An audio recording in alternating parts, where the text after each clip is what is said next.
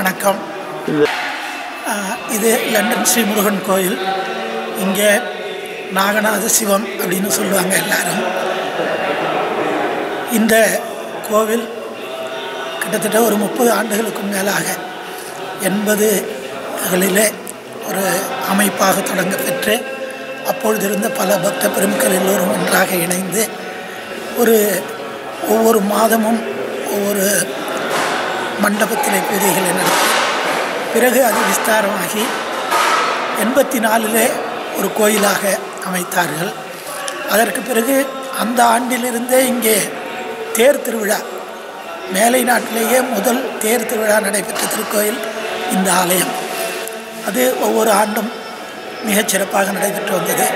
அதன் பிறகு பக்த பெருமக்களுடைய வருகை, எல்லோருடைய ஒத்துழைப்பு எல்லாம் சேர்ந்து ஒரு பெரிய கோயிலாக அமைக்க வேண்டும் என்று ஆலயத்தினுடைய அறங்காவலர்கள், நிர்வாக குழுவினர், பக்த பெருமக்கள் எல்லோரும் ஒன்றிணைந்து திருப்பணியை சுவாமியை பாலசாமனம் செய்வித்து தொடங்கி இப்பொழுது 2005ஆம் ஆண்டு தொடங்கி மிகச்சிறப்பாக நடைபெற்றது.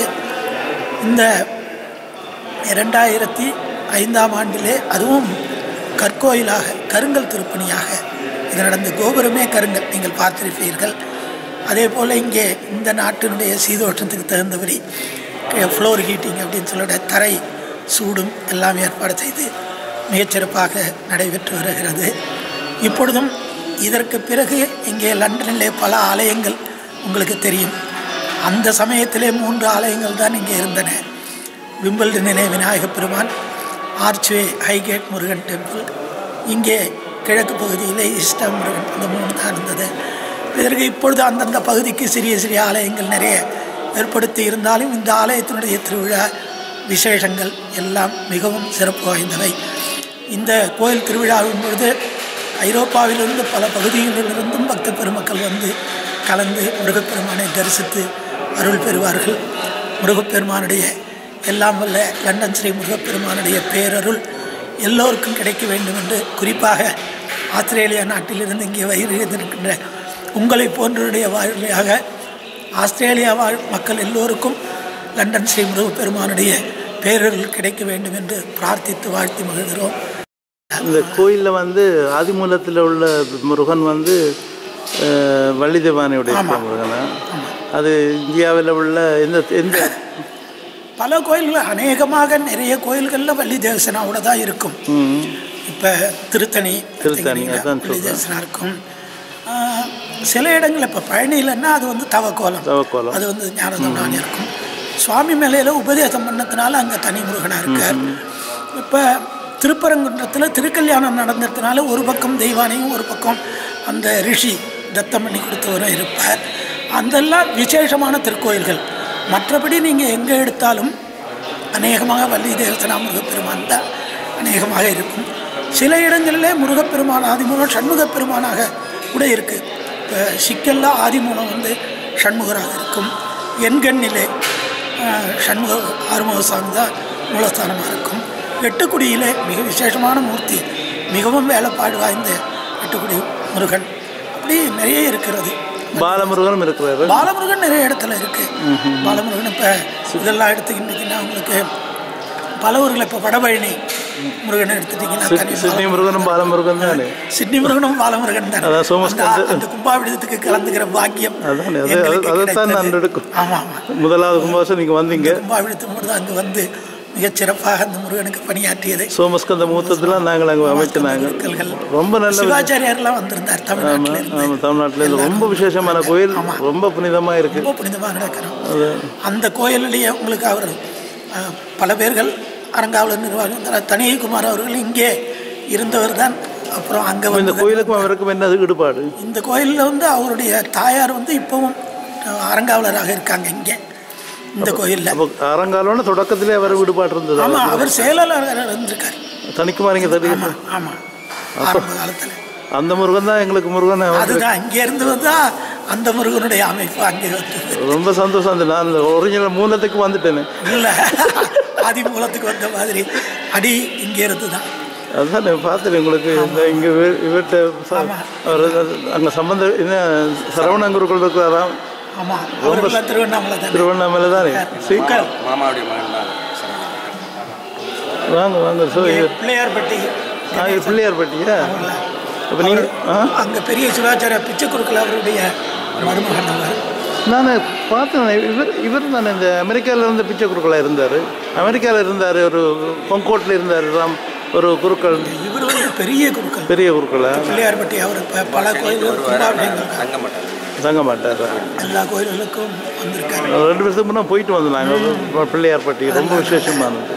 நீங்கள் இந்தியாவில் இந்த கோயில் தொடர் ஆரம்பத்தில் இருந்தீங்க? நாங்கள் வந்து ஆரம்பத்தில் எங்கள் ஊர் வந்து வைத்தீஸ்வரன் கோயிலுக்கு பக்கத்தில். இது பார்க்குறது மணல்மேடு வைத்தீஸ்வரன் கோயில். அங்கே அந்த நாடி ரொம்ப நாடி சோதனை தஞ்சாவூர் ஜில்லாவில். நாங்கள் படித்தது முதல்ல சிக்கல் முருகப்பெருமான் கோயில். அங்கே வந்து முதல்ல 3 வருஷம் வேதம் பயின்று, அதுக்கப்புறம் தருமபுரி ஆதீனத்தில் 5 வருஷம் நான் அங்கே படித்தேன். அங்கே சம்ஸ்கிருத அறிவோட தமிழ் அறிவு நிறைய சொற்பொழிவுகள் எல்லாம் கேட்குற பாக்கியம் ஆதீனத்தோடு இப்போவும் நிறைய தொடர்பு உண்டு.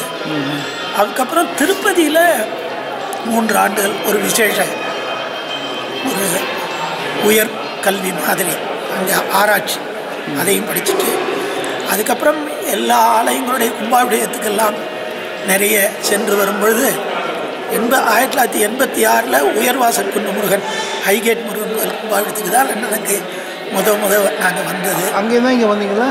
அங்கே சும்மா கும்பாபிஷேகத்துக்கு வந்துட்டு திருப்பி ஊருக்கு போயிட்டு 87 இந்த முருகன்கிட்ட இணைந்து. ரொம்ப காலமாச்சு. 87 13 30 வருஷம் ஆகுது.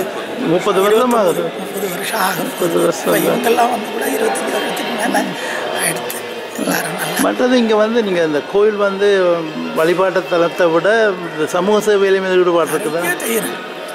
எல்லா விதமான யாருக்கு எந்த விதமான உதவிகள், அதாவது ஆன்மீக சமய உதவிகள் எல்லாம் நாங்கள் செய்கிறோம். ஆனால் இங்கே சமூக உதவிகள் செய்கிறதுக்கு நிறைய சங்கங்கள், இப்போ சைவ முன்னேற்ற சங்கம்னு இருக்குது, பக்கத்தில் ஒரு மைலில் இருக்குது. அதில் நடேசர் திருக்கோயில் வச்சுருக்காங்க. அவங்க வந்து அதிகமாக இந்த நீத்தார் அந்த அவர்களுக்குள்ளே அமரர்கள் அடைஞ்சவர்களுக்கு அந்த உதவிகளை எல்லாம் அவர்கள் செய்கிறார்கள்.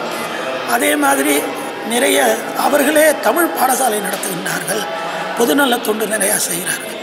நாங்கள் வந்து ஆன்மீக வழியில் இப்போ யார் எந்த பெரிய நிகழ்ச்சிகள் மாநாடுகள்லாம் நடக்கும்பொழுது எங்களுடைய பங்களிப்பு உரையாற்றுதெல்லாம் செய்கிறோம்.